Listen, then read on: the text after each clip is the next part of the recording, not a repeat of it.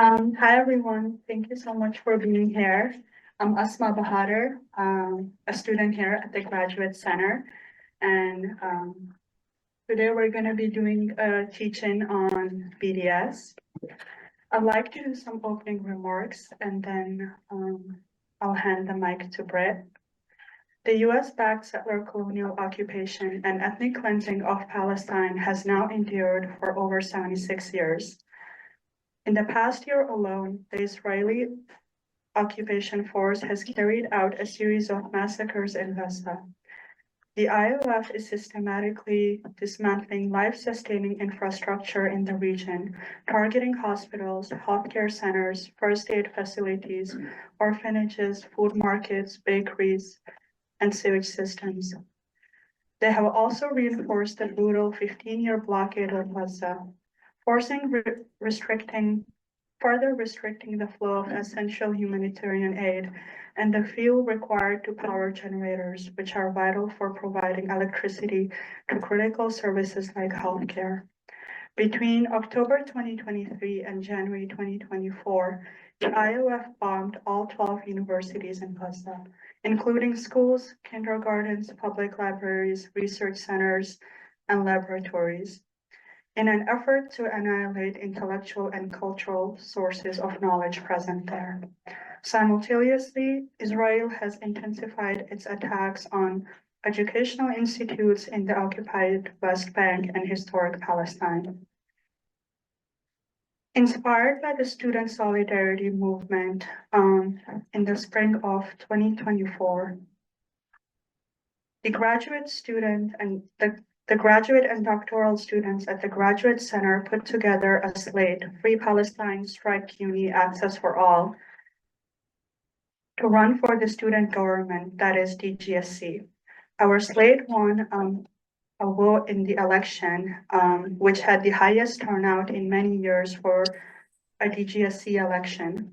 On October 18, 2024, the newly elected DGSC representatives brought to the DGSC plenary a 5-demand for Palestine resolution. This resolution was successfully passed through a democratic vote. Needless to say that CUNY has responded poorly to the DGSC democratic passage of the resolution. The GC administration has initiated Title VI investigations and shut down student listservs, and have continued other forms of repression, which Marianne Moore and Jane Guskin will go into in detail. I'll pass over the mic to Brett.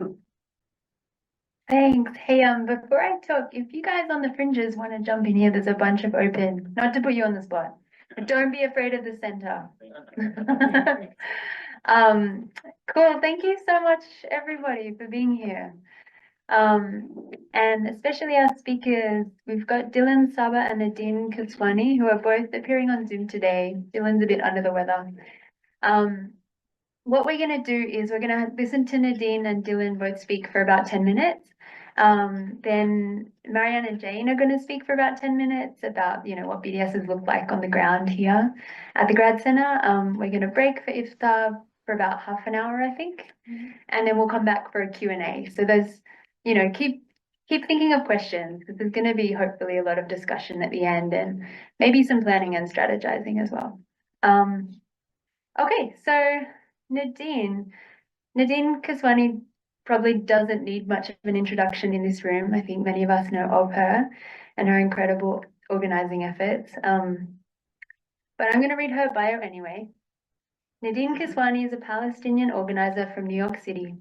She's the founder and chair of Within Our Lifetime, United for Palestine, a community organization revitalizing the revolutionary spirit of the Palestinians in exile in pursuit of liberation.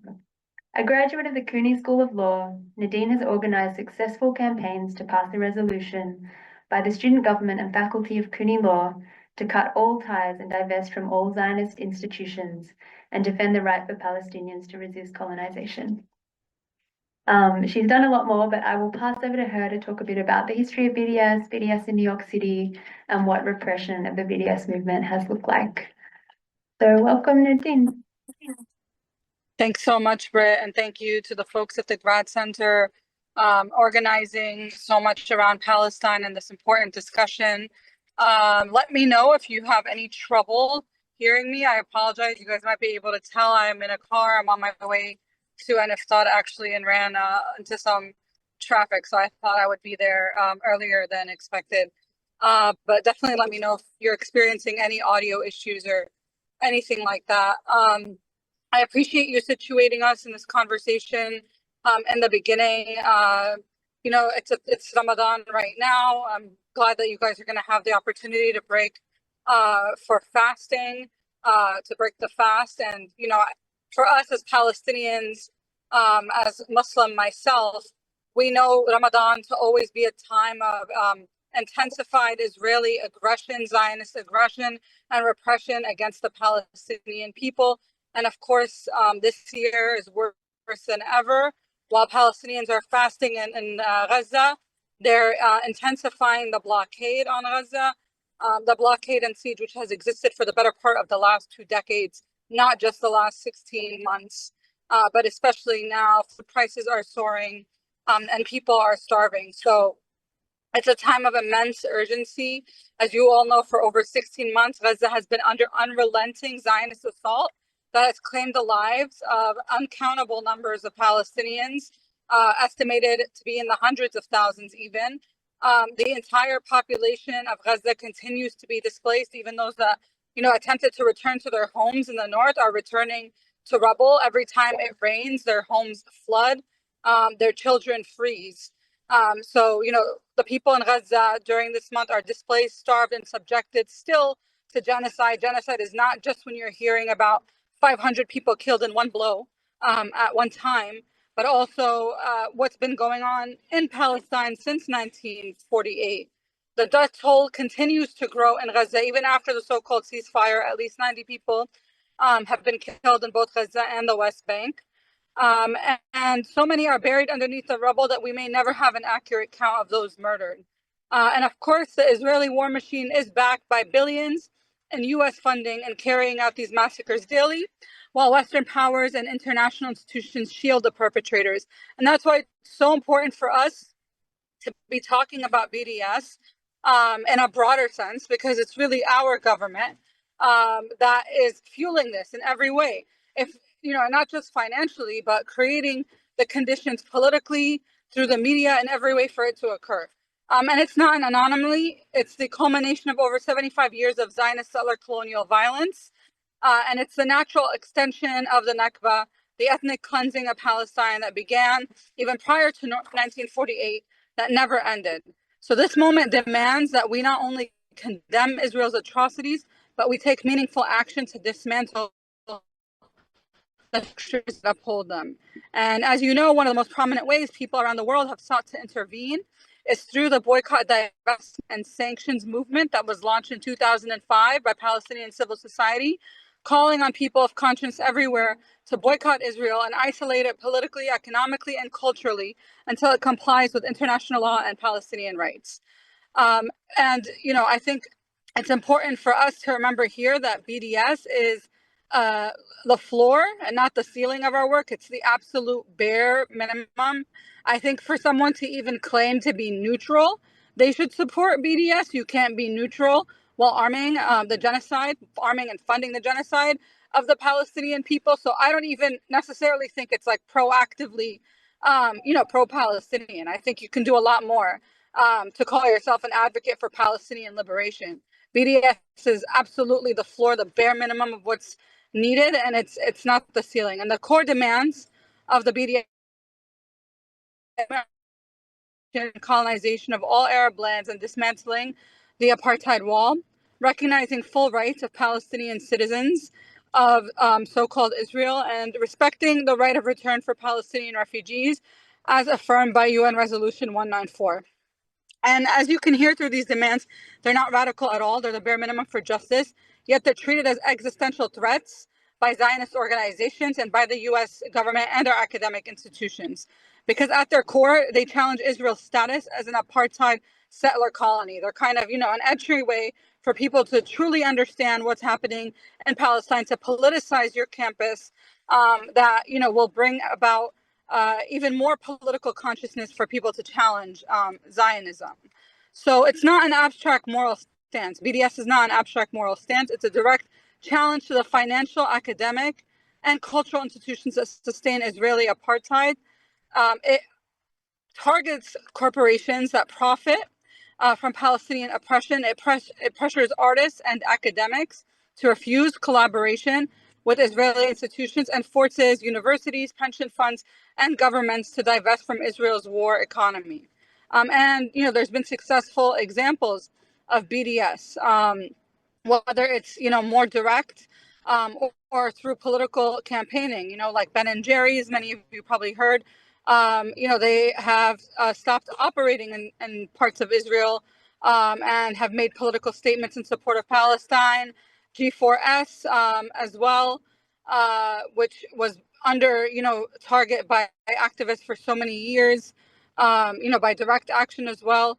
And academic and cultural boycotts have gained traction worldwide, with high-profile artists, scholars, and institutions refusing complicity with apartheid. So, you know, I think it can be leveraged in important ways if it's leveraged correctly. But, you know, on its own is not enough. It's a tactic. It's not the goal itself. It's a pressure campaign and not a complete liberation strategy, because ultimately, if BDS is not implemented, if you pass a divestment resolution at CUNY, but the Board of Trustees and the investors refuse to implement it, then it's, you know, largely symbolic. So it is about, you know, politicizing your campus to make it more than that. And that's what we've seen with, you know, a lot of the encampments. Their demands wasn't just, getting the student government to pass a BDS resolution, which we did at CUNY Law. I got a BDS resolution passed. I was part of student government at the time, vice president. I was also part of Students for Justice in Palestine.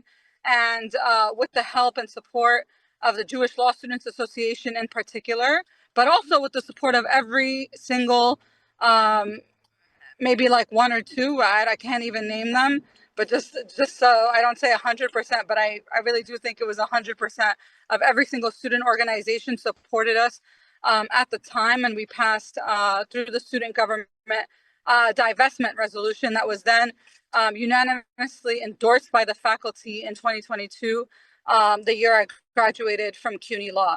But does this mean that CUNY Law has removed its investments from Israel?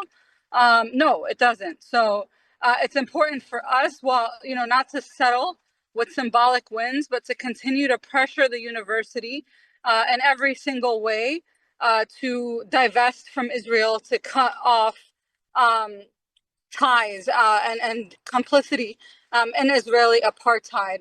And that's also through ending Israeli exchange programs and cutting ties with organizations that suppress Palestinian activism. So for all the universities that bring in the ADL, for example, you know, it's not just a financial boycott of goods. So it must be a broader strategy of resistance, and, you know, don't let it replace or police more direct actions of solidarity as well. And we know that New York is also one of the most repressive environments for Palestinian activism. Again, as we saw, police were brought onto Columbia campus for, you know, essentially engaging in BDS activities that at a heightened level, right? A BDS doesn't just have to be a divestment resolution. It can be leveraged through occupations. It can be leveraged through so many different ways. But this also makes New York one of the sites of some of BDS's most significant advances, because it's that politicization around Palestine, around rejecting Zionism, that advances the struggle for Palestinian liberation. So, you know, this is a pattern that we've seen across the country. Wherever BDS gains traction, the machinery of repression moves to crush it. The administrations, you know, try to refuse to implement it. And today, students are once again under attack for Palestine solidarity action, facing arrest and administrative repression. And on a state level, New York has also been a testing ground for anti-BDS laws. In 2016, the year I graduated from CUNY undergrad, Governor Andrew Cuomo issued an executive order blacklisting organizations that boycott Israel, barring them from receiving state funding.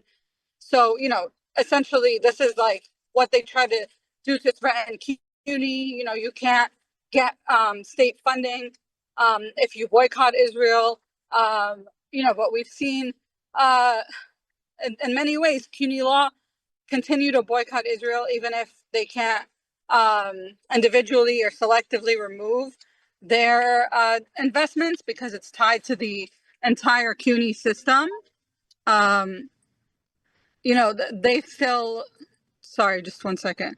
Yeah, they still, sorry, I just got flustered for a second hearing that phone ring. I was talking about, oh yeah, they still cannot actually remove all of their finances from divesting from Israel because CUNY has to do it as a whole. But on some level, there is still a boycott. There are no exchange programs. When an Israeli scholar was invited to CUNY Law after the resolution was passed, it was hidden from the student body because they know that it would have a very negative reaction towards it, and it was vehemently protested. So, if there is going to be a challenge to funding, for CUNY or any public university for that matter, because, using BDS as an excuse, then that's something that, should be challenged. It shouldn't be a reason for us not to boycott Israel, because no matter how much they try to silence us, they fail, and every act of repression is only going to strengthen our resolve. So, I think the crackdown is also part of a broader campaign to suppress Palestinian activism through criminalization, surveillance, intimidation. We see this through legal warfare. Over 35 states have passed anti-BDS laws. Students, workers, and activists have been sued, fired, and expelled for supporting Palestinian rights. And we've seen university crackdowns. We talked about Columbia. We've also seen this at CUNY, at the City College of New York, using claims of anti-Semitism to censor Palestine activism. And, right now the DOJ is actually investigating the University of California for these types of claims as well. I'm sure that Dylan will be able to talk more about this. We also see this through blacklisting and doxing websites like Canary Mission that target students and faculty who speak out, publishing personal information to make them unemployable and unsafe. And despite these attacks, we continue to build power, and BDS has survived every attempt to destroy it because it's rooted in the undeniable moral clarity of the Palestinian cause. It's rooted in a genuine movement. Just hearing the fact that this is the greatest turnout for your election at the Grad Center, and that the Palestine slate won, is a testament to that in and of itself. And, I do have a lot more to say on BDS and about, how we can also go beyond it. But I also know it's like almost 20 minutes until Iftar time. So I want to make sure that others who are slated to speak have enough time to do that. And hopefully I can touch on those points further in the Q&A, as I'm not sure how I'm doing on time right now. Thanks so much, Nerdeen. That's awesome. That was great on time. Yeah.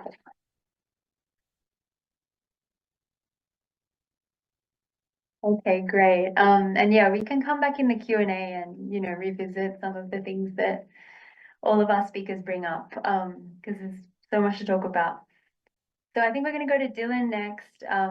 Dylan Saba is a staff attorney at Palestine Legal, where he advises Palestine human rights advocates on a number of issues such as free speech violations, employment discrimination, bullying, and disciplinary actions. And I'll just add, Dylan has just been so incredible to the CUNY community. He's, so available and has advised and helped so many of us dealing with admin repression. So yeah. Thanks, Dylan. Go for it. Thank you. Can y'all hear me okay? Yeah, cool. Yeah, thanks to the organizers of this event, and thanks Nerdeen for being on this panel as well. Always good to see you. And for folks for showing up here. So what I'm going to do is just talk a little bit about BDS from the legal point of view and anti-BDS efforts more broadly in terms of legislation, and then the situation in New York. It's my understanding that there's been a lot of threats made, especially in response to the student government resolution passed around BDS with respect to student government funding, and a lot of misinformation about what the law is in New York. And so it's important to clarify that. The first thing that I'll start by saying is, well, one, I really appreciate the grounding and moreover, like the broader orientation that that Nerdeen left us with. I think it's really important to recognize that BDS is a tactic. It's not, it's not an independent movement. But it is a powerful tactic, and it's a powerful tactic for a number of reasons. One, because it centers the non-negotiable demands of the Palestine liberation struggle and the solidarity movement that Nerdeen named. And two, it's powerful, particularly in the US, in part because boycotts themselves have long been recognized by the US Supreme Court as protected by the First Amendment. Now, I'm not saying it's powerful for that reason because I love the US Constitution or I love the First Amendment or anything, but it makes it a useful tool, and we'll get into why.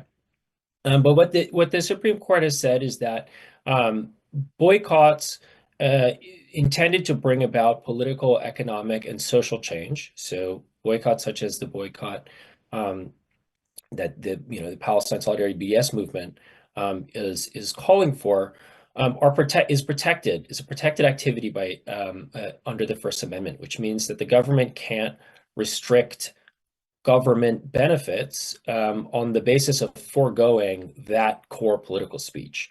And again, the act of boycott is an act of political speech, according to the Supreme Court. And the government also can't enact measures that significantly chill the exercise of those core speech rights. And there's obviously a distinction between what the law is, what the courts say the law is, and what government actors do. And we're going to get into that, really. But it does change the landscape, right? So we have BDS as like a kind of core protected activity in the abstract and in the case of Palestine.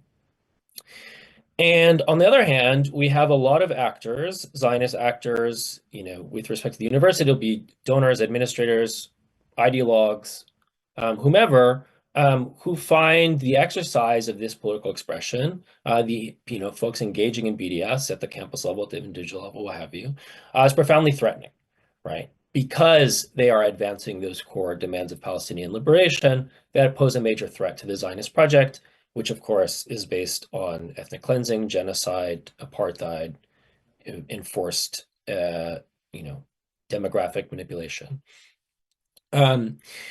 And so they want to stomp that out. They want to repress it. They want to make sure that folks are not engaged. They want to try to prevent folks from engaging in BDS.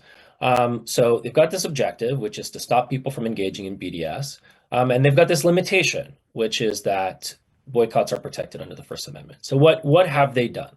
And the answer is that over the past 10 years or so, they have passed a number of state level pieces of legislation, and Nerdeen was touching on this, and then executive orders that make it that basically erect barriers to engaging in BDS for any entity that has a relationship with the state.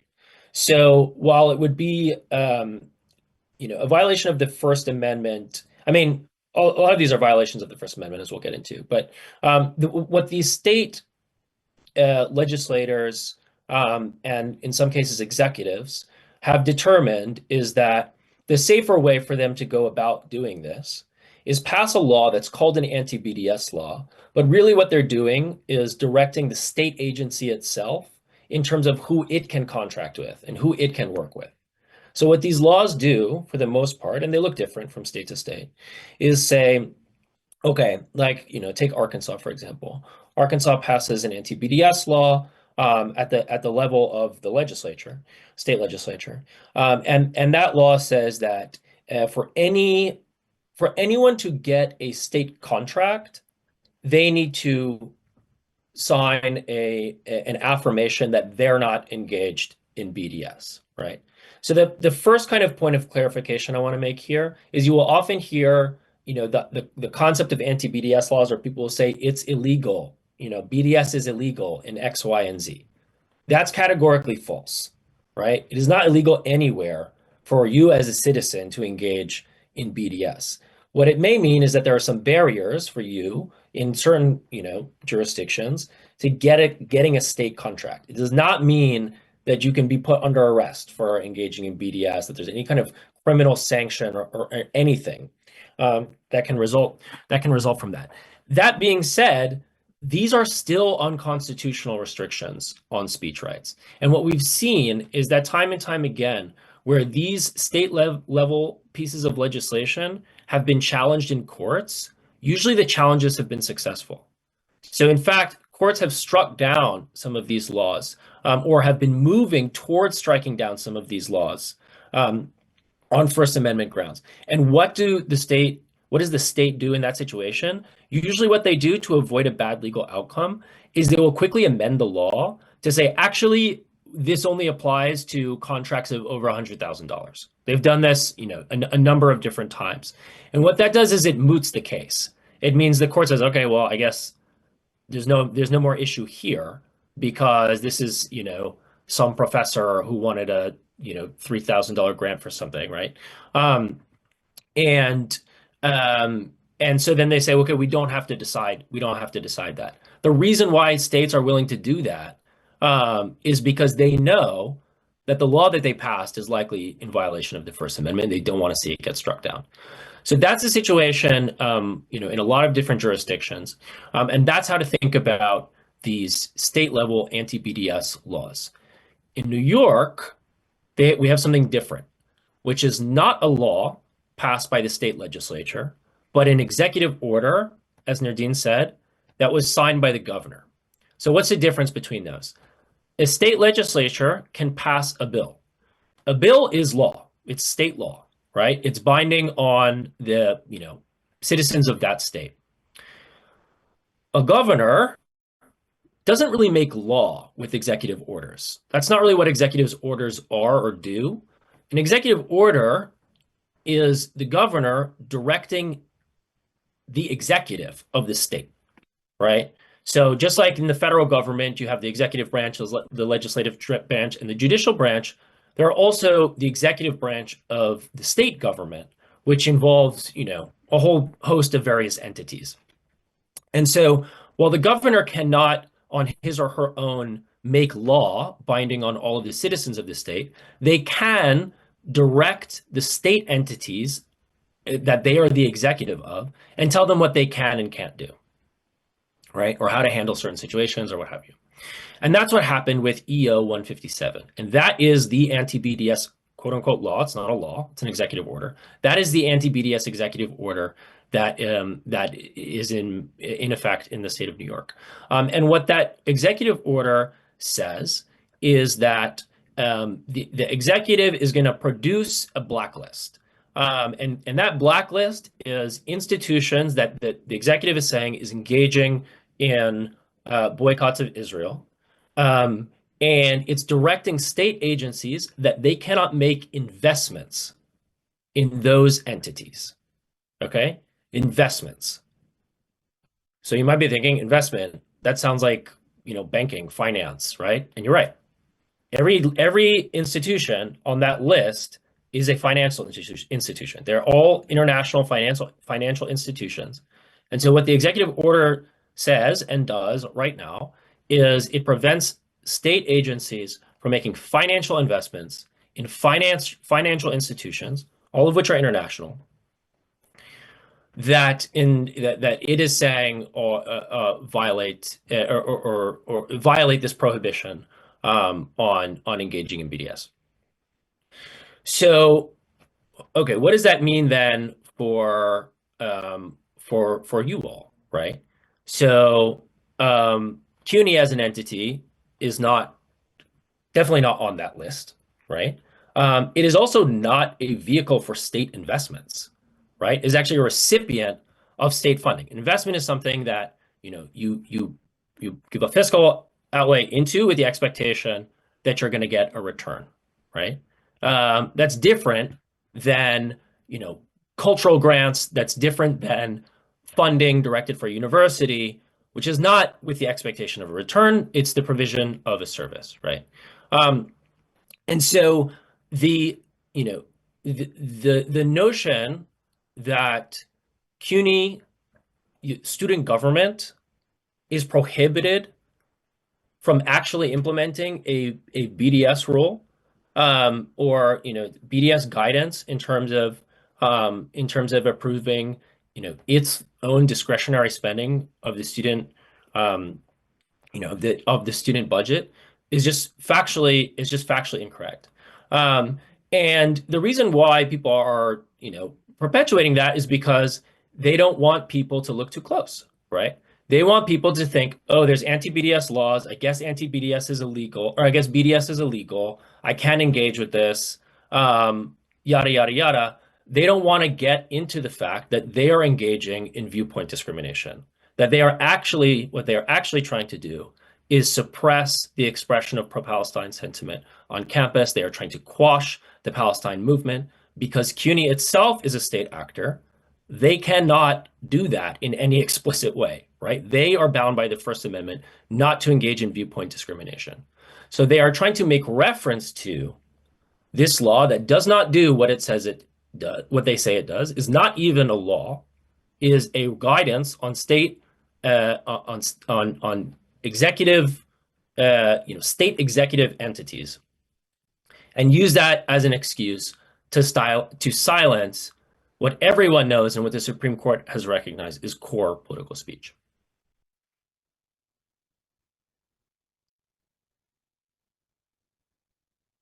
I'll stop there.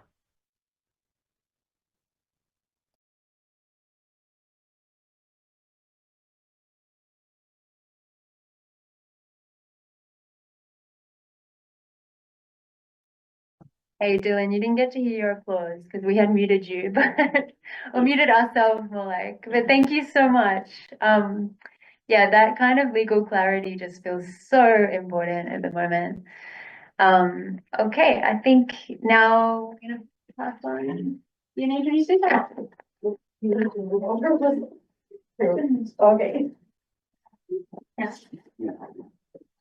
Thank you. My name is Marian, and together with Jane, we're going to speak on behalf of the DGSC ad hoc boycott committee. We're very happy to be here. Thank you so much, everybody, for coming. Thank you for the people who organized and promoted it. Because we're going to break in a couple of minutes, we're just going to go quickly over what's actually in that resolution. But before we do that, I'm gonna pass around little fake index cards. And we're asking you to write down questions you have for the boycott committee on those cards. So during the speakers.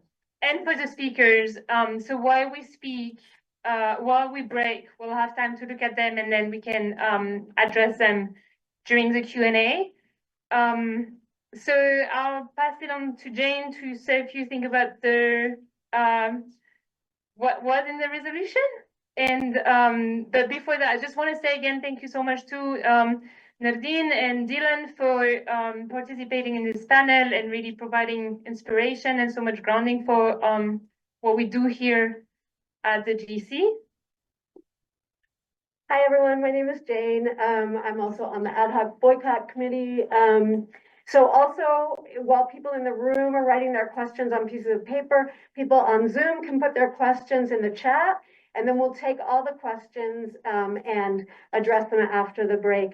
So just to say just a little bit about the resolution, and also just how we envisioned coming into this was this model of collective leadership, where it was mentioned before that we formed this slate that had Free Palestine as part of the slate, and we were elected on that platform. So we came in with a mandate from the Graduate Center students to do this. So that was really, really important, that it wasn't just like a rogue group of students saying, oh, we're going to do this boycott thing. We actually came in with that mandate. And then the resolution itself did three things. So first, it adopted the 5 demands of the CUNY Gaza Solidarity Encampment, which were disclose and divest, academic boycott, solidarity with the Palestine liberation struggle, demilitarize CUNY, get IOF and NYPD off campus, and finally, a people's CUNY, free and fully funded. So the other thing that the resolution did, in addition to adopting these 5 demands, was to demand dropping the charges on all of the people arrested in connection with the encampment. So there's still 8 people facing felony charges. So demanding that all charges be halted and revoked, and that everybody be free and against that repression. And then the third thing was just this applying the boycott. So the difference, the DGSC had already passed a divestment resolution back in 2016, right? But so what we wanted to do differently this time was, rather than just a symbolic resolution that just called on the administration to divest, that we're actually applying the boycott to our student activity fees, which the student government controls. So that is the element that is a little different here. And we still have 2 minutes. Do you want to take it from here? I think I stole part of your line. It's okay. One thing I forgot to say is that so this resolution was passed on October 18th. The boycott took effect on November 1st. But we implemented a grace period that we're using to really reach out to every student at the GC so they know what's up. And this grace period ends on March 17. So if you're a student at the GC and you are receiving the DGSC funding for supporting the activities you're doing with your programs or with your clubs, we really encourage you to reach out to the committee with your questions so that you really understand how the boycott can affect your capacity to use that DGSC funding, and we can support you in whatever decision you need to make about purchasing. So there's an email address, boycott at cunydgsc.org. And maybe the last piece I will say is that we faced collectively and individually repression from the GC administration that has taken various forms. So maybe we can go talk about this in the Q&A. Yeah, we can talk more about it. I just wanted to say, if everybody can help us out and sign in at the front door, there's a sign-in sheet, because the way that reimbursement works for the food is you have to show that you have X number of people, otherwise they won't reimburse it. So it's not just, we're not just like doing it for no reason. There's a reason why we're asking you to sign in. So thank you. And then I think it is time, almost. Yeah, and so we're gonna allow people who have been fasting to get on the food first, but also, so there are restrooms between here and the elevators. If you go back the way you came towards the elevators, there are restrooms. And there's a prayer room, right? Do you know the number of the prayer room? 9491422. Okay. So if anybody needs the prayer, 9102. Okay. I think that's it, right? We'll be back in Okay. 20. So 9201 is the prayer room. Okay. So it is 5:45. We are going to break now, and we will be back at 6:20. We're just going to leave the Zoom on, but do what you got to do. And you can just bring your questions to Marianne and me. Okay, good. Okay. Okay, I think that's it. Okay, we'll see you at 6:20. Yeah, 6:20. Okay.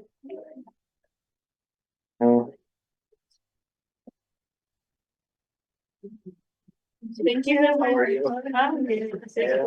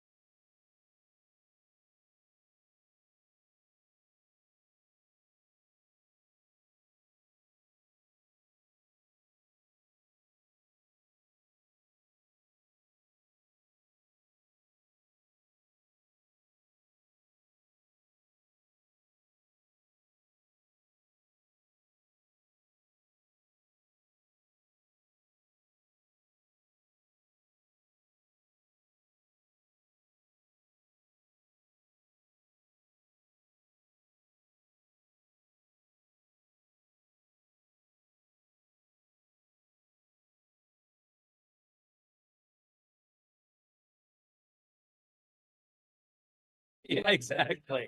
Exactly.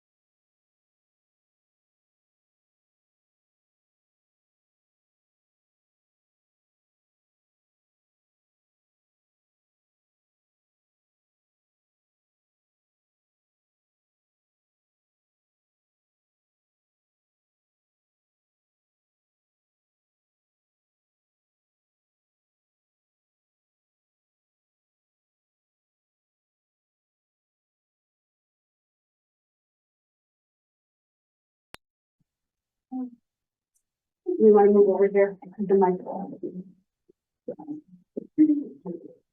Hello, everyone. Can everybody hear on the Zoom? You have sound on the Zoom? Can you hear? Yes, okay. So Marianne, did you want to talk a little bit about what we didn't get to talk about before we go into questions for like 5 minutes? Okay. We were just gonna, okay. You got it? We were gonna talk about the repression. Yeah, so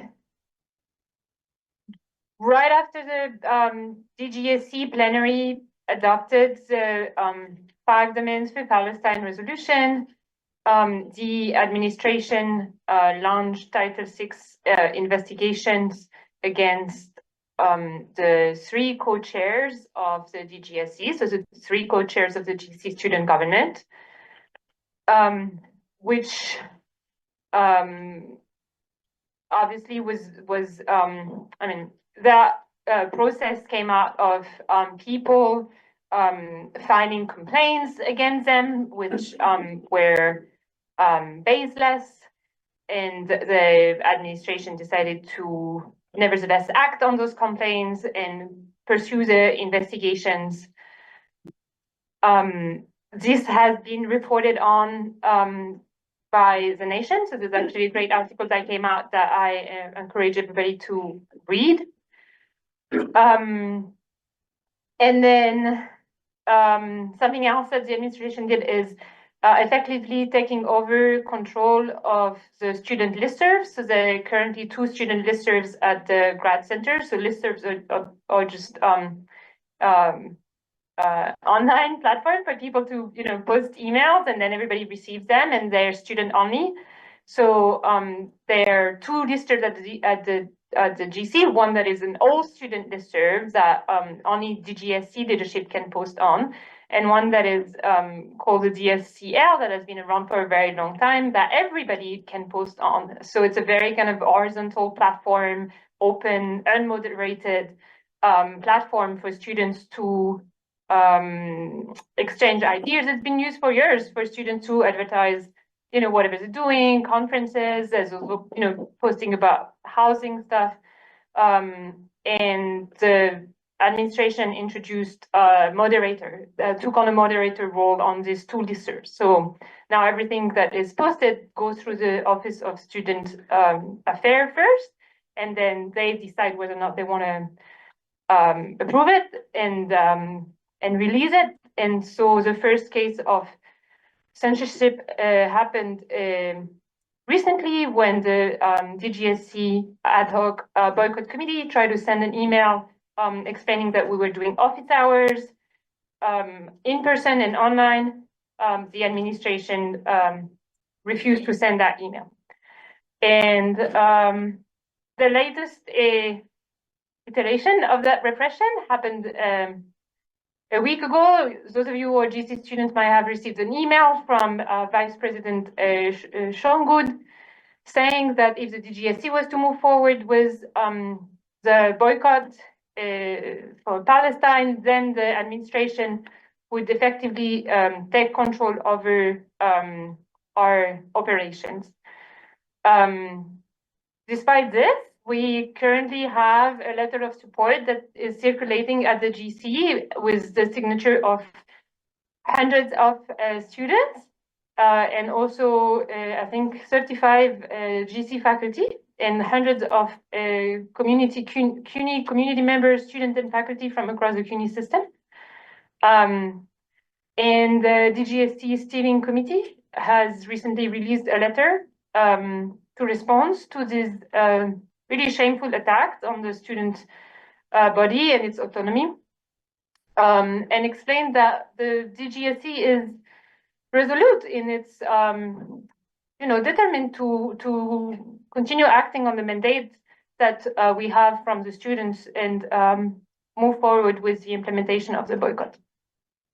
I could just add that, so that letter, for those of you who are GC students, you may have seen the response from from the DGSC steering committee in response to that message from the Vice President of Student Affairs, which basically said that. And then that was posted to these listservs, and we were wondering whether they were going to let it through or not. And in the end, they did let the message from our steering committee responding to admin's crackdown. They let it through with a disclaimer saying this doesn't represent the views of the grad center administration, which, like, obviously, right? And then just to add on to it, so yesterday I sent a message about this teach-in to the listserv, to the DSEL, the horizontal listserv, and it was received, but it didn't go through. And today at noon, I sent a message to the Office of Student Affairs saying, if this doesn't go through, I'm basically gonna make an announcement about how you're blocking it again, and they sent it through. So this is sort of where we're at right now, that embarrassing them for doing these ridiculous maneuvers is really one of the tools that we have. So yeah, I think Nerdeen wanted to go at the end, but who wants to, Dylan, did you want to address some of the questions? Sorry, where are the questions? Are they in the chat? There was a doc that was sent to you, but if you didn't receive it and you haven't had a chance to look at the questions, so maybe I can do them on the fly, but here, let me see here. Okay, why don't we, in the meantime, why don't we have, Marianne will answer one more question while you're looking at those. Is that okay? Okay, go for it.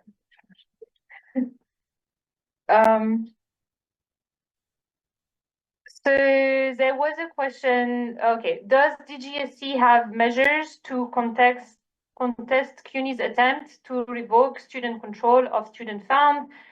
How do we react to someone contacting the Office of Student Affairs to challenge our denial of funds?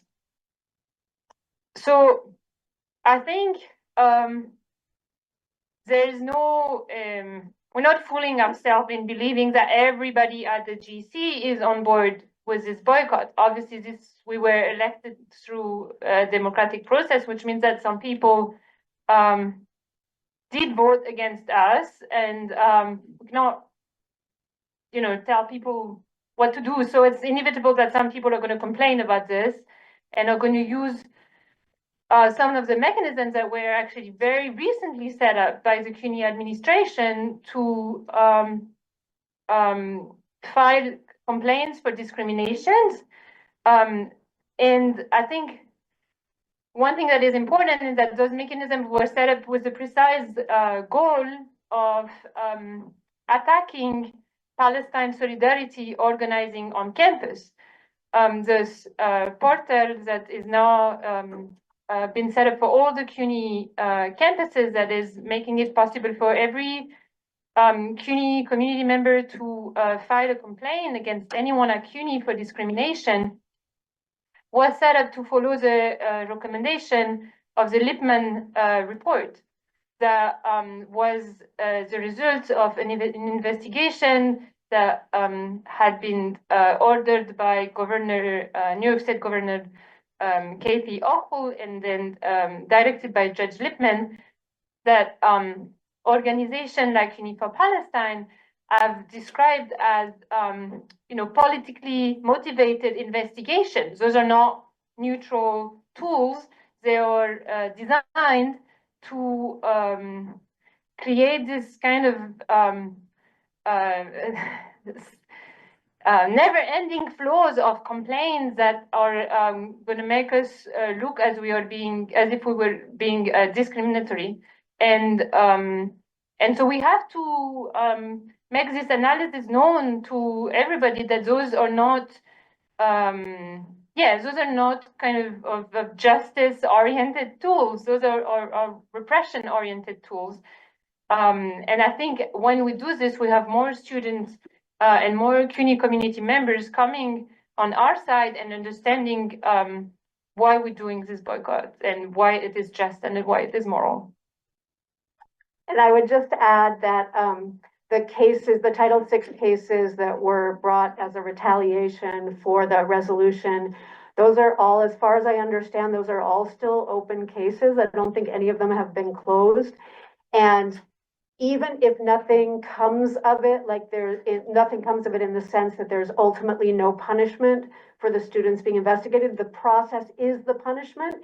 It's been incredibly exhausting and stressful for those students who have been targeted. And the other thing to say about it is that, you know, we have acted throughout this whole thing as a collective. This is collective. It's a model of collective leadership. It's a model of collective action, collective organizing. And their tactic of using these sort of individual cases, these Title VI cases, is intended to divide us and to create sort of to individualize everything. But we're not doing this as individuals. We're doing this as a collective. And so I think the answer really for us is just to build the collective, to build it, make it stronger, to build the resistance that all of you are involved in and part of, and yeah, just strengthen that and be able to come together to shame the administration for what it's doing. Dylan, are you ready to take on some questions? Yeah, I've taken a look at these. Do you want me to just answer the ones that I think Yeah, just answer whatever you think speaks to you that you want to address. Yeah, I mean, look, a lot of these have to do with strategy, organizing strategy, and you know, I think I'm going to avoid answering those because that's not, you know, not really my role. But there are some opportunities to provide a bit of clarity here. So, one of these questions is, what would it look like to challenge EO 157? Would it be a difficult legal challenge? So the first thing that I'll say here is that as it stands, EO 157 is not an impediment to the implementation of the resolution. It just simply doesn't bear on this situation. The most that could be said for EO 157 is that hypothetically, it could be brought to bear on the situation should the executive that is enforcing the EO decide to totally manipulate the meaning of the term investment and the guidance issued around the EO, and for whatever reason, add CUNY to this blacklist after the actual implementation of the EO. And then, you know, and then have that affect the state funding of the university on those grounds. In that totally hypothetical situation, there may be grounds for a legal challenge. Now, presumably, it would be CUNY that would be bringing that legal challenge against the state. And there would be really strong arguments to make in such a challenge. Again, because it would be, you know, a real like manipulation of the text and implementation guidance around the EO itself, and because it would raise serious First Amendment concerns. But right now, EO 157 is just not in the way, or providing any real impediment here to the implementation of the resolution. So, you know, there are mechanisms built into 157 around challenging designation on a list. So, like the first thing that would happen if you know, again, a reminder, this list is all international, for the most part, international financial institutions. So it'd be very strange to put CUNY on this list. But were the executive to do so, CUNY would have an opportunity to challenge that designation. You know, so that would be the first step. And then if that's not granted, then and it results in some suspension of state level funding, then yeah, that would be, there'd be potential grounds for a legal challenge. But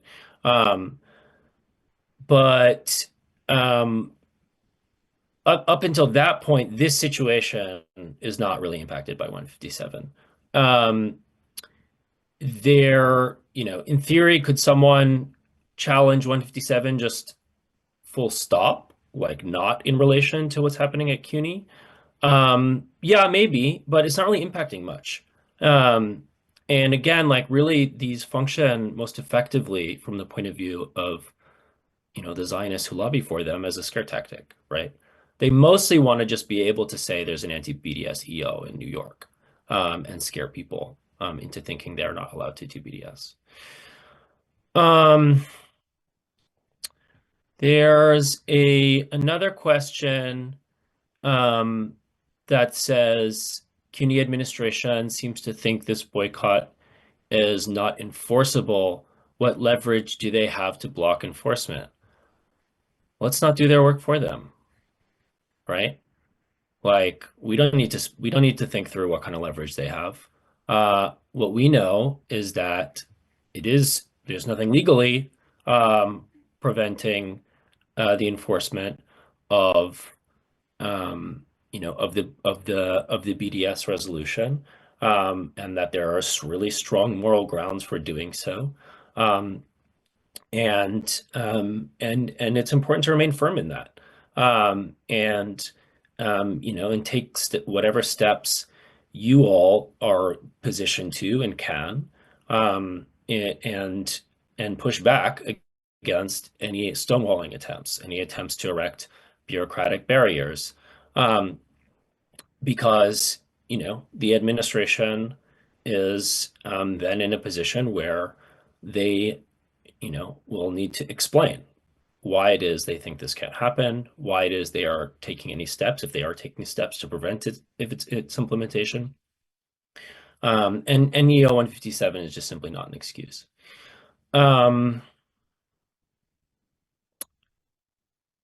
I think I'll stop there. There's some questions that are more about kind of the mechanics of academic boycott, and some of the other like institution-wide mechanisms that I'm just not really familiar with, so I can't really speak to. But I'll stop there and let some other folks answer questions, and then if there's other things that's useful for me to speak to, I can do so after. Nerdeen, do you want to go ahead and answer the questions that you wanted to answer? Yeah, sounds good. I do think there are some things that are more specific to the DGSC that you guys could answer, but some questions that I saw that I think I could tackle. The first one is, to what extent repression against BDS is yet another cultural attempt at normalizing racist Israeli exceptionalism, like the label of anti-Semitism? And for that, sorry, I just had some notes that I took down. Yeah, so for that one, the repression against BDS is deeply tied to the broader effort to normalize Israeli exceptionalism.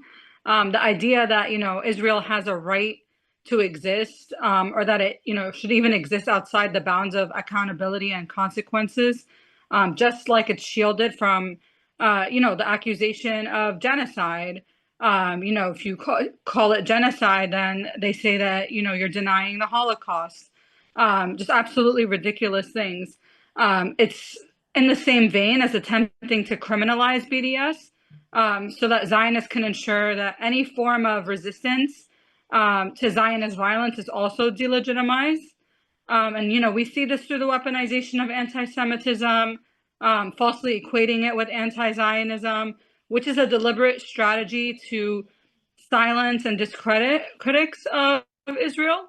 And I think, if anything, the level that they've been doing it at, and even the ADL admitting that they count pro-Palestine protests as incidents of anti-Semitism, has kind of backfired, on them. But, their whole point of doing this is to say that, you know, boycotting Israel is uniquely immoral, and that any challenge to its legitimacy, to Israel's legitimacy, is an attack on Jewish people as a whole. Like, you could literally say you want to boycott American products and it's okay. No one would bat an eye. But for Israel, it brings up all these kinds of accusations. It's a form of racial and political exceptionalism. No other state in the world is granted this kind of impunity. I know a lot of Muslims who boycott Saudi Arabia, for example, and that's not an issue. But, you know, when it comes to Israel, suddenly you're an anti-Semite. You know, it's treated as a low-key hate crime rather than a legitimate political tool, BDS, even though it has the same logic as the boycotts against apartheid South Africa. And this double standard is not accidental. It's on purpose. It reflects the fact that Israel's status as a Western-backed settler colonial project requires constant ideological reinforcement. And any movement that disrupts that, whether through armed resistance or nonviolent campaigns, like BDS, is met with repression, censorship, and criminalization. Attempting to outlaw and delegitimize BDS, Zionist orgs and their state allies are not just defending Israel's economy, they're waging a cultural and legal battle to erase the legitimacy of Palestinian resistance altogether. The goal is not simply to silence activists and organizers, but to normalize the idea that Palestinians must accept our oppression quietly or be branded as extremists, terrorists, or anti-Semites. So it's not just about BDS, it's about ensuring that Israel's crimes remain consequence-free and that the Palestinian struggle is permanently delegitimized and that Zionist supremacy remains unchallenged. And that's why we have to continue to fight and reject these false narratives and not be, you know, fearful of them. Like, ultimately, the reason that they lob these accusations at us is so that we can self-silence. It's so that we, you know, are afraid of being put on canary mission or afraid that, oh my God, like, you know, they are calling me an anti-Semite now. This is going to ruin my life, right? So that we can just silence ourselves. But, you know, an everyday impact, it really doesn't mean anything at the end of the day, unless we give it, you know, that weight and that meaning. There are also 3 questions after that I want to kind of like collapse into one and just take it on that way because I feel like they're related. So I'll just read those out loud. What are the best ally accomplice actions for faculty who are not at the grad center but want to support the grad center grad BDS actions? And then another question is, what are the methods for doing academic BDS? The simplest thing I can think of is just not directly working with Zionists, which I already do. But a conference will have Zionist presenters, and you probably can't change that unless you're an organizer of the conference. My overall question is, what are some ways to achieve impact with academic BDS that go beyond personal choices regarding who to work with? And then follow up to that question from a different attendee is, and further, what can we do if academics from universities we should boycott are invited to give talks in our departments? Okay, so for faculty supporting the grad center BDS actions that are outside of the grad center, I think you can play a crucial role in amplifying and materially supporting the grad-led BDS efforts. So some concrete actions that you can take are like public statements and endorsements. Reminder that at CUNY Law, the faculty didn't like pass their own BDS resolution. They just endorsed ours. So that's something that can, you know, be similarly done here. Faculty collectives, departments, or professional associations can release statements of solidarity supporting the Grad Center BDS campaign, you know, and not just be symbolic, but explicitly calling on CUNY leadership to honor divestment demands and defend students against repression. They can also put pressure faculty and faculty governance bodies, unions, etc., department chairs to take up BDS-aligned positions, such as cutting ties with Zionist institutions, refusing Israeli government funding, or advocating for ethical investment policies. And these are things that have happened, actually, believe it or not, in the past at CUNY. I'm not sure the state of things now, but I remember like the Women and Gender Studies Department at Hunter was, very supportive of Palestine.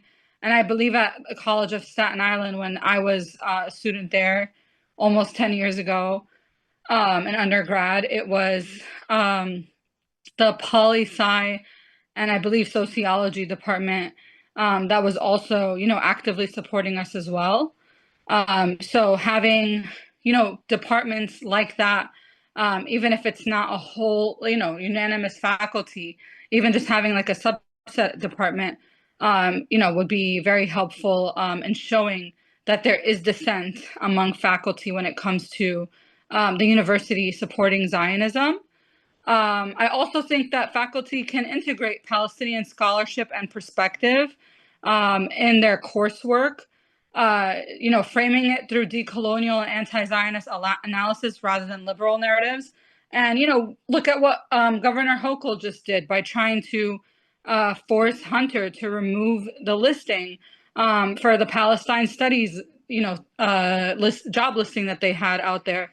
And I think, even the fact that they had the job listing and then the fact that she, ordered them to remove it, just exposes a huge rift from, the folks who are actually at the universities versus an outside person coming in and telling us what we can and can't learn or what we can and can't teach. And, although to my understanding, the job listing may not have certain keywords like colonization that she doesn't like anymore.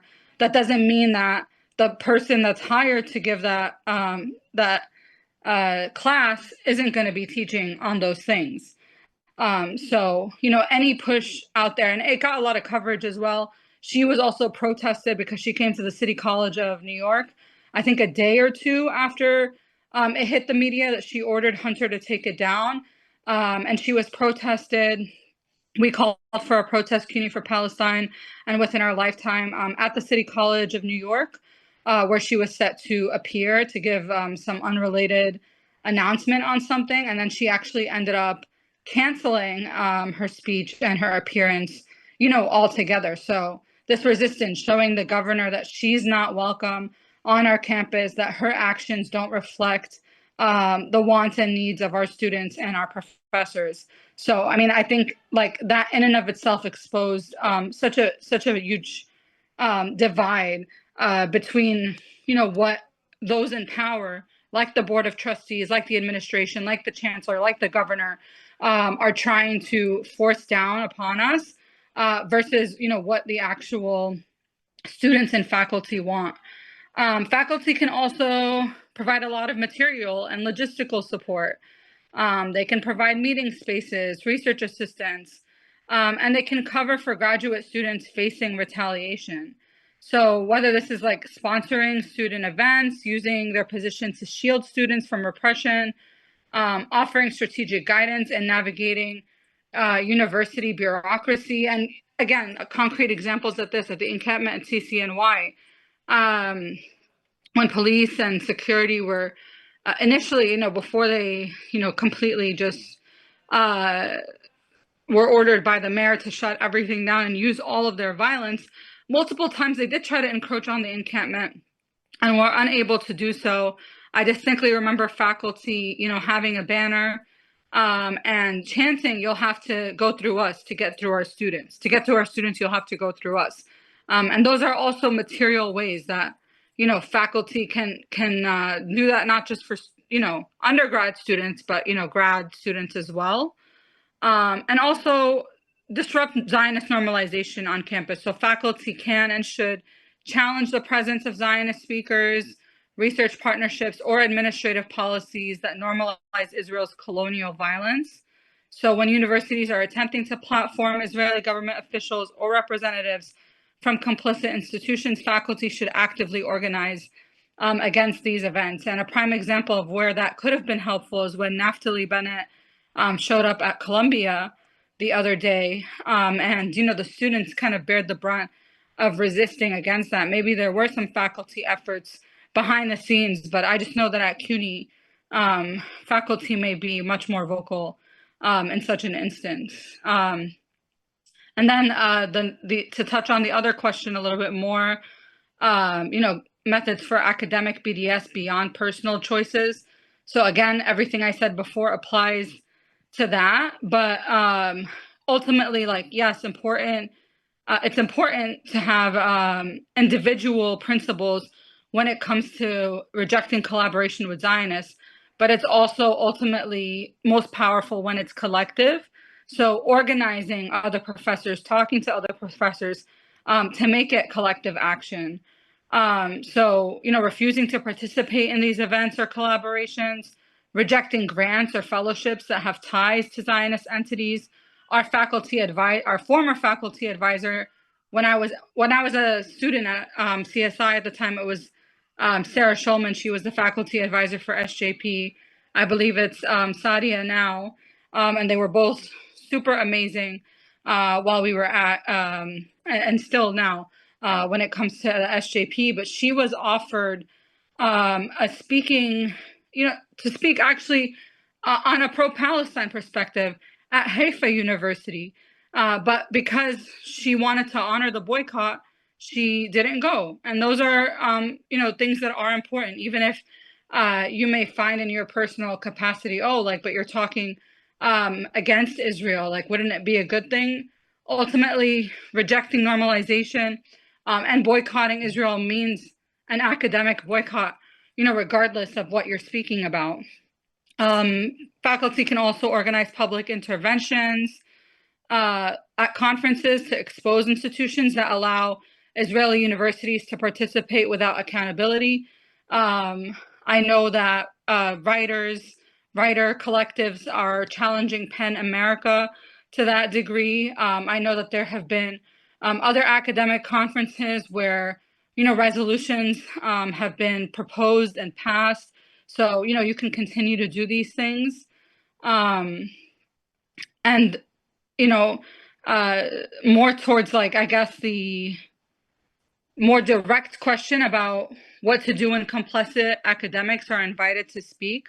I think direct confrontation is warranted, and I know that students will also be involved in such things like this. So if it's openly happening on your campus, a Zionist academic or a Zionist public figure like Naftali Bennett, for example, is coming on campus, putting out public statements, petitions, or open letters against the invitation. And if the invitation is not rescinded, then, stage walkouts, disruptions, alternative teach-ins to challenge their presence. Make it very known publicly, not just privately, that you reject this. I also think, like, to what I just said, faculty and students can form alliances and coalitions to create broad opposition so that it shows that, these faculty are also standing with their students in rejecting these things. And then, if a direct boycott isn't feasible, like if there's going to be Zionists at a conference that you're also going to, turn it into an accountability moment, raise difficult questions, force the speaker to expose themselves, use the space to expose their complicity. Academic BDS, ultimately, it's about transforming the landscape of knowledge production so that Zionism is no longer treated as an acceptable ideology within intellectual spaces. Israel must be turned into a pariah state.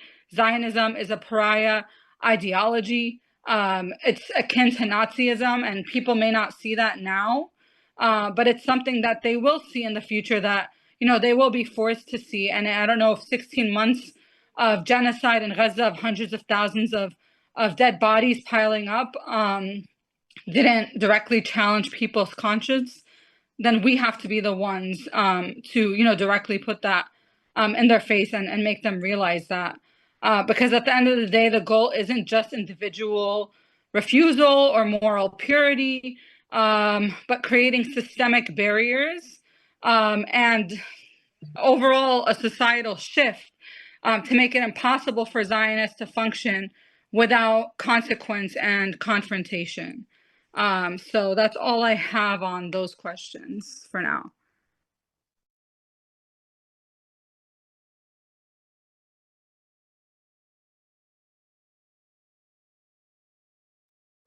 Okay, thank you. Thanks, everyone. We are out of time and there are more questions we didn't get to, but for those in the room, we'll stick around for a few more minutes, but also anybody can email boycott@cunydgsc.org anytime, and there will be office hours as well the next two Friday afternoons where people can come and talk about any of this. And thank you very, very much to our speakers and to everyone who organized and everyone who came. Thank you so much. Have a great night, everyone.